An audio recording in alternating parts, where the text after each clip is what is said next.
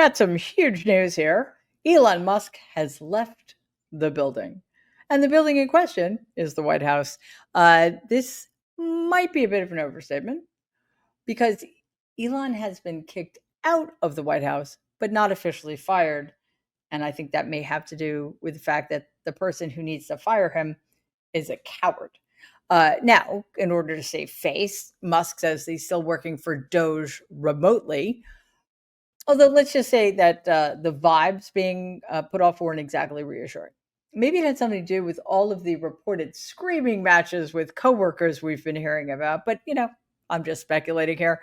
Apparently, his coworkers barely noticed that Musk has left. White House Chief of Staff Susie Wiles told the Post, quote, "He hasn't been here physically. It really doesn't matter much," unquote. Ouch. I'm sure that's going to make Elon's little ego feel good.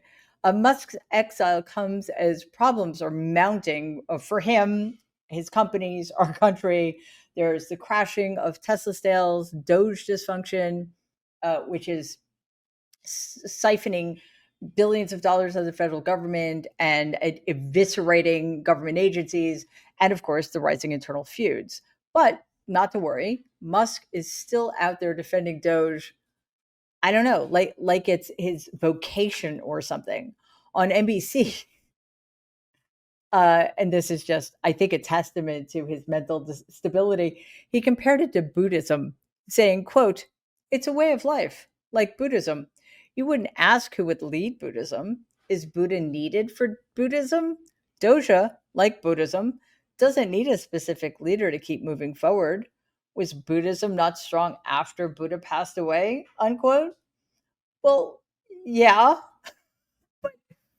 I don't think comparing yourself to the Buddha is going to do you any favors, Elon, because it just makes it clearer and clearer that you're losing your mind. What little of it you had left, anyway. If you need any proof, this is how he showed up to this week's cabinet meeting. And okay, look. Remember when they were going after President Volodymyr Zelensky, who's in the middle of a war, fighting for his country's future and the safety of his people? When he showed up to the Oval Office, not wearing a suit. Look at that guy. He looks like he just rolled out of bed in a closed psych ward. And no offense to people who are in closed psych wards. To top it off, Elon still claims that the Trump regime has had the greatest 100 days in history. I guess it depends on how you define great. Take a look at this. A tremendous amount has been accomplished in the first 100 days. As everyone has said, it's more than has been accomplished in any administration before, ever, period. This portends very well for what will happen for the rest of the administration. I think this could be the greatest administration since the founding of the country. Wow, that's saying well, not very much. Also, it depends on what you mean by accomplishment. If by accomplishment you mean destruction, then yeah, I would actually have to agree. It has been quite something this past 100 days, and that is to say, it's been a disaster. And I don't think it bodes well for the next 100 days. So Musk's popularity is tanking, and because of that, and because of his absolutely wild and unhinged behavior, his company's collapsing, and most people on his own team want him gone. So yes, Musk, I'm telling you, you really need help, because clearly you are losing that's what slight shred of sanity you had left.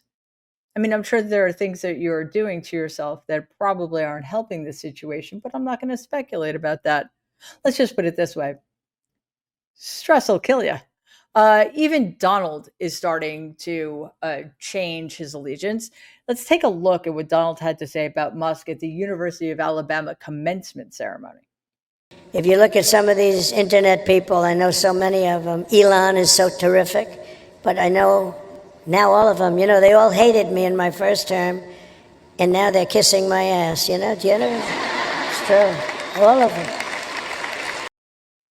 Okay, so a brief mention of Musk's being terrific, and then Donald, of course, segues to talking about himself and how everybody hated him. But now everybody's kissing his ass. Clearly, he's referring to Elon's needing to kiss his ass. But Donald, again, as you know, I like to help you out whenever I can and set you straight because nobody else will. I just want to make it clear to you that one, saying you like it that people feel like they have to kiss your ass, that's despicable and immature and really not presidential, and it's embarrassing for you. But secondly, it's not true. Everybody still hates you. See, I do what I can. Anyway, before we go on, just remember we are not corporate media here at Mary Trump Media. We don't bend the knee. We never will. We're not for sale. We never will be. We expose the lies the Trump regime tells and then tries to cover up. Independent media survives because of people like you. So please, to support us and our mission, like, share our videos and subscribe to our channel. Well, Musk may be out of the White House. His Doge has stirred up plenty of problems. And again, I should remind you, Doge is an illegal, unconstitutional agency set up without the permission or involvement of Congress. That stands for the Department of Governmental Efficiency. This week, a Senate subcommittee report found that Musk and his companies are facing at least $2.37 billion in potential federal penalties, citing possible conflicts of interest posed by Musk's involvement with Doge and the agency itself. Led by Senator Richard Blumenthal, the report outlines 65 pending or potential enforcement actions across 11 federal agencies, and that 40 of those created $2.37 billion in potential liabilities. Meanwhile, Musk's companies have received over $38 billion in government contracts and subsidies. SpaceX alone holds more than $10 billion in federal deals. The memorandum states, quote, Donald could not have chosen a person more prone to conflicts of interest, unquote. Then asked Donald and the executive departments and regulatory agencies to, quote, take coordinated action to address Musk's threat to the integrity of federal governance, unquote. I just have a slight quibble here.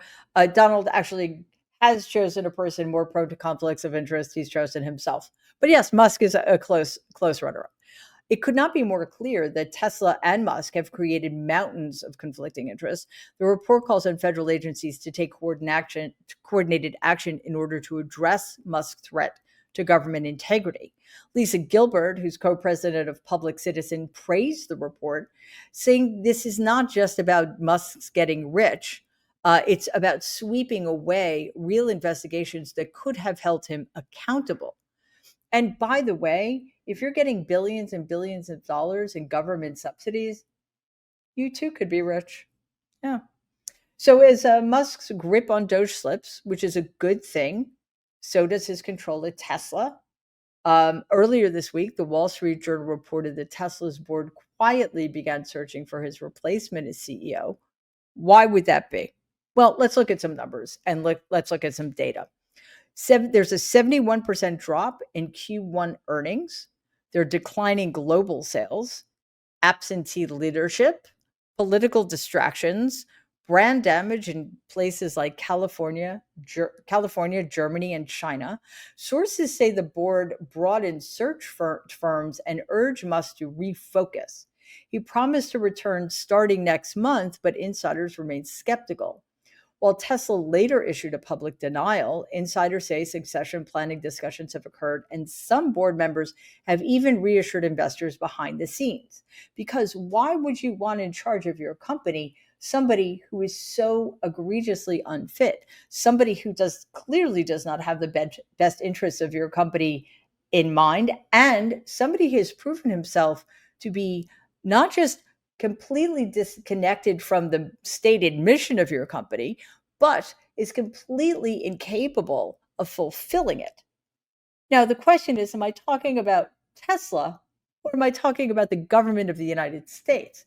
Because in both of these roles, Musk is equally somebody who should not even be anywhere near the levers of power.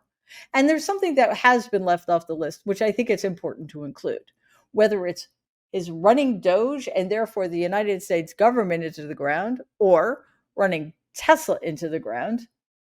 In addition to all of the other strikes he has against him, Elon Musk has embraced a toxic mix of fascistic policies and politics. That in and of itself should be enough to disqualify him. Please take a second and like and share this video. Be awesome if you could subscribe to the channel. If you're listening to us in podcast form, please follow us and give the show a 5-star rating because it really does help other people find our content. Thanks.